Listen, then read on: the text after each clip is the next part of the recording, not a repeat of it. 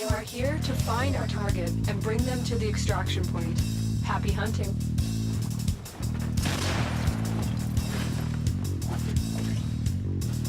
Warning! Spoilers for Warframe: The War Within. Turn back now if you intend to play this mission and haven't yet. So I know I promised in the last episode that there wouldn't be a lot of time jumps, but do you really want an episode about me just grinding through Pluto?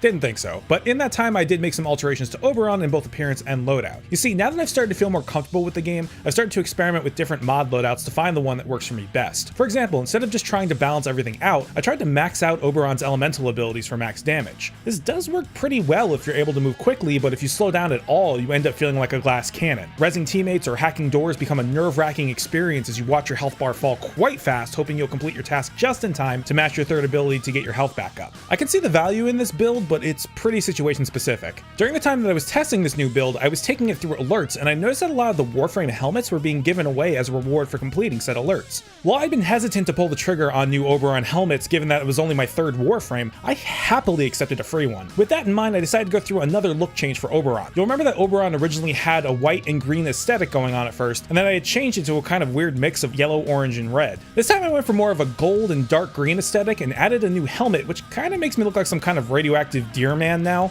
That sounds like something out of The Simpsons. Anyway, I grinded through Pluto and unlocked two new quests: The War Within and Hidden Messages. While I don't know anything about Hidden Messages, I have heard just as much hype surrounding The War Within as I have Second Dream, so I went into it expecting a pretty similar experience. Honestly, what I got was even better. The quest opens with two ominous creatures shrouded in shadows discussing your awakening back in Second Dream. Then a mission starts with Lotus deploying you to Lua, or the moon, to check out something that is disturbing the reservoir. I'll note here that a very nice touch is that your character actually gets a lot of dialogue, which makes the entire experience feel more personal. What helps even more is in the next cutscene as you confront the intruder, who is Teshin, the warrior who helped you back in Second Dream.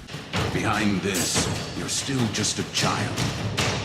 Stop saying that. Just having your character's dialogue go along with the Warframe's animations really helps a lot to cement the idea that while the Warframe is just a metal doll that you inhabit, it is sort of an extension of you. I keep thinking that it would be cooler if the Tenno actually inhabited the suit though, kind of like a battle armor instead, more akin to the original Hayden Tenno from the original Dark Sector pitch. Oh well. So you find out that Teshin knows the location of the long elusive Grineer Queens and isn't asking for your help for some reason and even tells you to stay away. Confused, you chase after him but keep running into his specters. Quick explanation: specters are these kind of shadow clones, so to speak. They move like you, but they aren't you. You can use them yourself in missions if you construct them on your workbench. It's a cool mechanic as it enables you to get help in solo mode without having to turn to public mode if you don't want to. So you follow Teshin to an asteroid belt and Lotus tells you to get your Arcwing. At first I thought this would be another go here and kill the enemies mission, but it's actually a stealth mission. You have to use a Grineer ship for cover from these scanners which can vaporize you on contact. This is a pretty cool mission as the map feels way more intentionally laid out than the normally procedurally generated ones. This is also true of the Queen's base that you land on shortly after this section. At this point you lose contact with the Lotus but still press further into the base, and I'll admit it took me way too long to figure out how to open this door. Seriously, would it kill them to put a waypoint on the computer that unlocks the door? Another aside here, I also constructed and max leveled the Dread Bow, which is apparently one of Stalker's weapons. I can kind of tell because it slices enemies in half upon contact. Great weapon though, with the appropriate mods this thing just shreds through enemies. So after a section where you grab a few keys in an area that kind of reminds me of Wolfenstein: The New Order for some reason, you trigger another cutscene where you encounter Teshin and the Grineer Queens. It's revealed here that Teshin is actually part of the Grineer and is a servant of the Queens. Apparently this was a ploy to get the Tenno in the Queen's clutches so that she could consume him.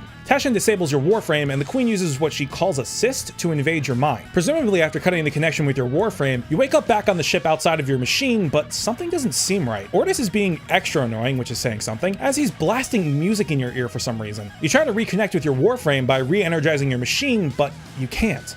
Your powers are gone. With this, Ordis actually instantly turns on you and purges you from the ship. This would be a pretty dick move, but as you progress through the ship, it becomes more and more obvious that you're in some sort of dream. You get dumped out of your ship onto a mountain pass on Earth. Once again, like the mission in the asteroid belt, I'm really digging how atmospheric this is. Digital Extremes really has a good grip on the look and feel of Warframe, and you can really tell when they take the time to construct a mission like this. So you run into Teshin again, who says he must undo what Margulis did and make you suffer. Come on, man, I thought we were friends. The Ayatin sculptures are perpetually in motion.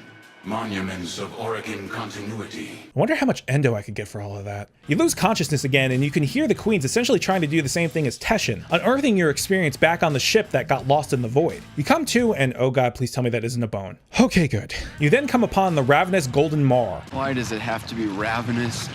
And I gotta say, I got through this like a pro. The shadows. Like a pro. During this trial, you start to remember more and more of what happened on the ship, and as you remember, you start regaining your powers. This manifests in the form of things like a void blast, a dash, stealth, and finally the ability to transfer your body into the Maw. What follows is my first main pain point with this quest. The Maw bugged here, and I couldn't burrow underneath a spot on the map that I needed to. Not a deal breaker, but it was really annoying. Once you reach the end of that trial, you finally get the full story. Your parents and the rest of the adults went mad under the influence of the void while you're on that ship, and you were forced to defend yourself, or you hunted them down depending on your choice. That's right, we've gone from dialogue options to an actual morality system of sorts. It's unknown at this point whether these choices will affect things later in the game, but I still like having the option. Regardless, at the end, it's very heavily implied that you killed your parents to save the lives of the other children.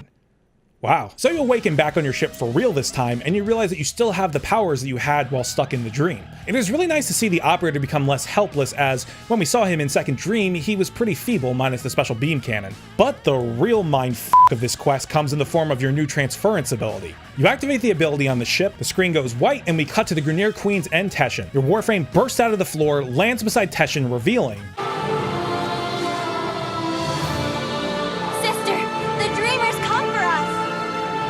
Tenno, no.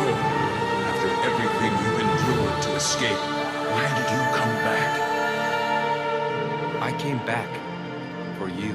It's like this game reads my mind or something. So you do battle with the Grineer Queens with your new ability that allows you to pop out of the Warframe and use your operator's powers on the fly. Side note, another pain point, there was a weird part in this fight where you had to grab the Queen's scepter, and for some reason this took me like 15 tries to do. It could have been a bug, it could have been me misunderstanding something, I don't know. Anyway, you get the scepter, which it turns out is what allowed the Queens to control Teshin. With the scepter in your hands, you effectively free him. He moves to kill the Queens and you get the choice to spare or kill them. I chose to spare them, I'm a paragon, what can I say? Finally, you return to the actual mountain pass, you show Teshin the scepter, who points out this vial called the Kuva, which would either make you immortal or drive you insane. You can choose to destroy it, give it to Teshin, or consume it. I chose to destroy it because, let's be honest, this thing sets off all sorts of bad You mad